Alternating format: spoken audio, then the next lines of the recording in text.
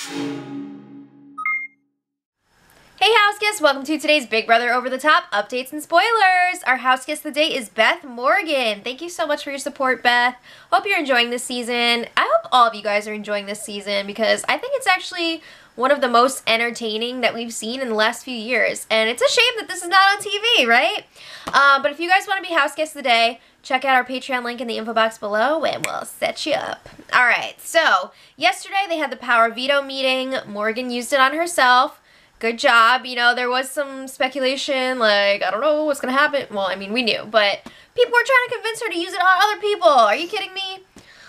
Okay, so then Chrissy put up Whitney in her place. So it's Whitney versus Neely versus Scott. But, I mean, let's be honest here. It's Neely versus Scott. Whitney's not getting any votes this week. So Alex and Shelby were having a game chat in the storage room, and Alex is getting frustrated that Justin is saying now that he's voting out Scott because if they don't have his vote, they're going to have to rely on America to vote out Neely with them because it's split right down the middle again this week. Super exciting that we haven't had unanimous votes every week. And America is probably going to be the swing vote here if Justin does decide to vote out Scott. So Shelby's like, we can't give up on him yet. The other side is coming after us anyway. So, like, we've got nothing to lose. So Alex is like, all right, we're going to have to fake cry to get Justin to vote with us. We'll see about that. All right, so then they really put Alex to work yesterday as the safety servant. Big Brother was all like, safety servant. Give the HOH bathroom a thorough cleaning. So before Alex made her way upstairs, Jason was like, I'm going to spit in the tub, which he did, and then he felt bad about it and ended up cleaning it up himself. So sad. So Alex goes up there, she cleans the mirrors, she wipes down the counters, and then she's like, okay, done. So after she leaves, they're all like, oh, she half-assed it, like, what's this all about? But the punishments were not over. So then Alex had to stand guard outside of the HOH room for 30 minutes. We've seen that punishment before for her. So then the Plastics joined her out on the Sky Bridge to keep her company. And again, the LNJ is like, oh, she was just traveling her pack, blah, blah, blah. What are you guys doing? So then after that, one more punishment for last night. Actually, there might have been more, but this was the last big one. She had to make shepherd's pie for Chrissy, so Shelby helped her out with that, and it looked like pretty good, I guess, if you're into that. So then it was time for what's becoming almost a daily occurrence, a game of What Are the Odds? So they were waiting around for the live DRs to start.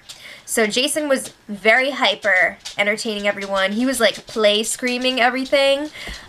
He said that it was because of like extreme hunger. I guess I could see that. It's like a hangry, like next level thing, I think. But he was like, waiting!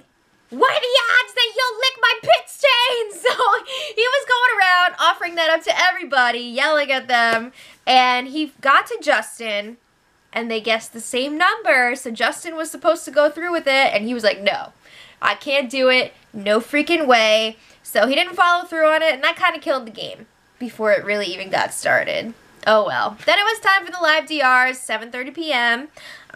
So the questions, number 1, what has been your strategy this week, and what's your plan for next week? Lucy's plan is to throw around some socks. Number 2, how do you feel about the nominations this week? Feel pretty good. I don't know. Number 3, you guys want me to answer all the questions one day? That would be fun.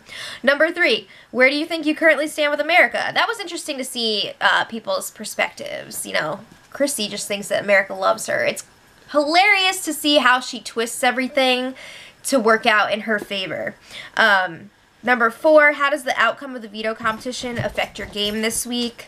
Number 5, what is your biggest challenge in the game right now? Number 6, you've now lived with your fellow house guests close to a month. Do you think you'll become close friends with any of them outside of the house? So most people were pretty much like sticking with their groups, but I mean, you know, some of them were like, I'm going to be friends with everyone, which maybe they will. Who knows?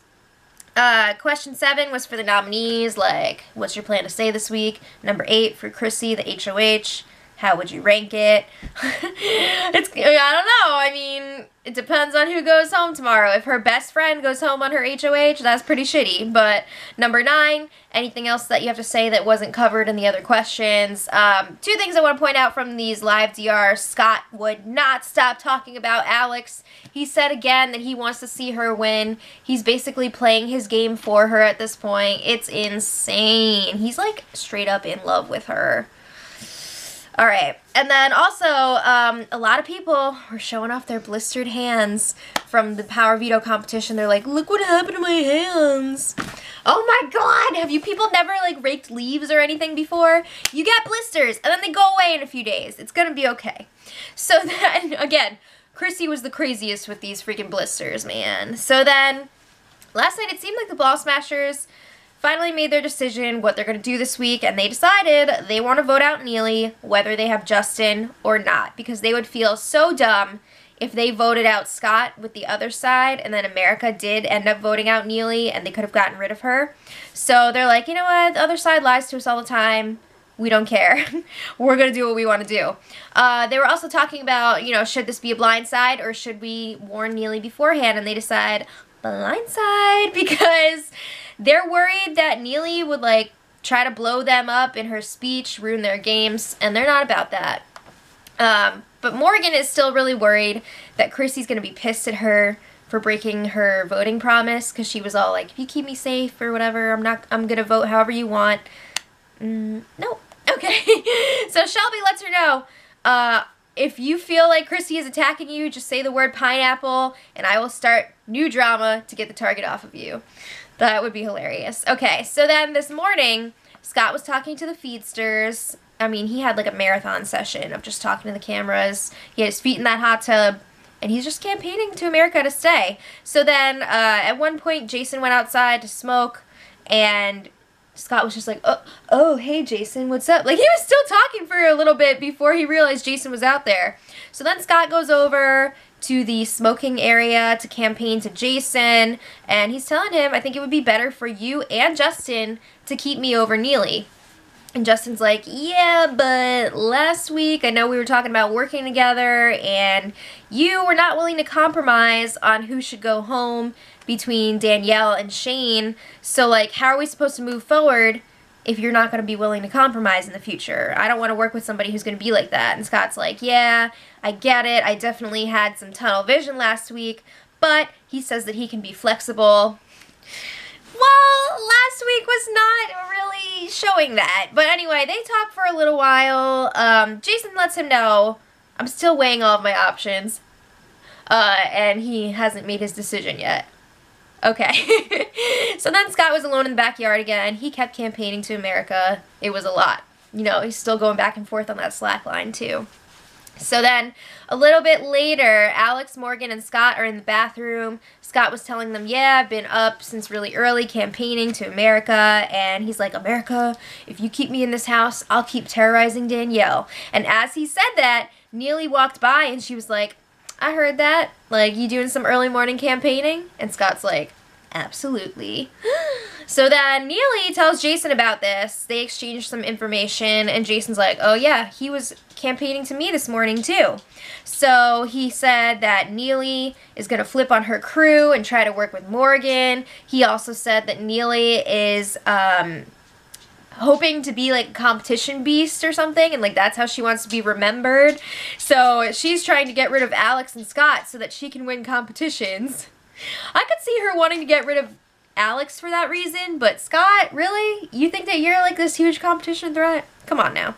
But Neely was pissed when she heard this. She's like, I can't believe he's talking about me like this. It's ridiculous. So, I mean, it was nothing, but anyway, Neely confronts Scott in the kitchen. It started out with Alex, Shelby, and Morgan getting their breakfast together. She's fine.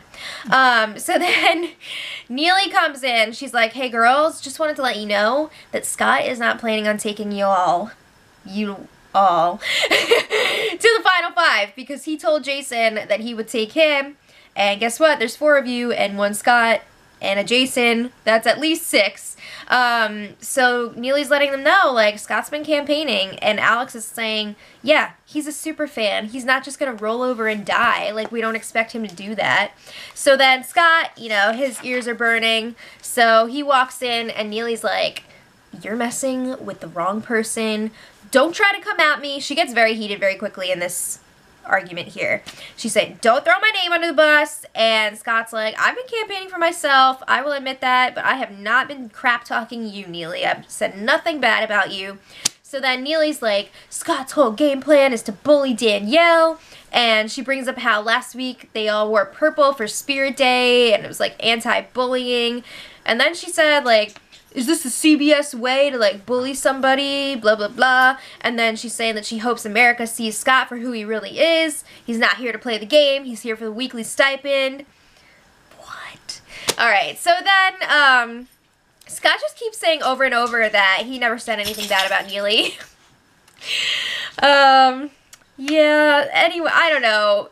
It's hard to say who came out on top on that one. I don't know. I don't think it's really going to affect America's vote because it happened this morning. I think maybe if it had happened last night, it could have had some sort of sway.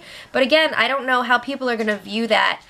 I just think it's ridiculous when people get mad at someone for campaigning, especially in this situation. It wasn't like a nasty campaign, you know? He really was just campaigning for himself to stay. He wasn't saying really mean things about Neely, so I think that was kind of ridiculous. But I don't know, some other people may feel differently. But tonight is eviction night. It's looking like it will be a tie, which America will be breaking. Very exciting. I'm not really sure if it's going to be Scott or Neely going tonight. It really is going to come down to America's vote. I'm thinking America's leaning towards Neely, but you never know. Let me know what you guys think in the comments. And just real quick, I'm going to a wedding this weekend, so I'm not going to be here until Monday. I'll be back, but Mom will be filling in for me. She's probably going to do a better job than me anyway, so make sure you guys check it out. Show her some love. Big up yourself, Mom. All right. Thanks so much, guys, and until tomorrow, much love.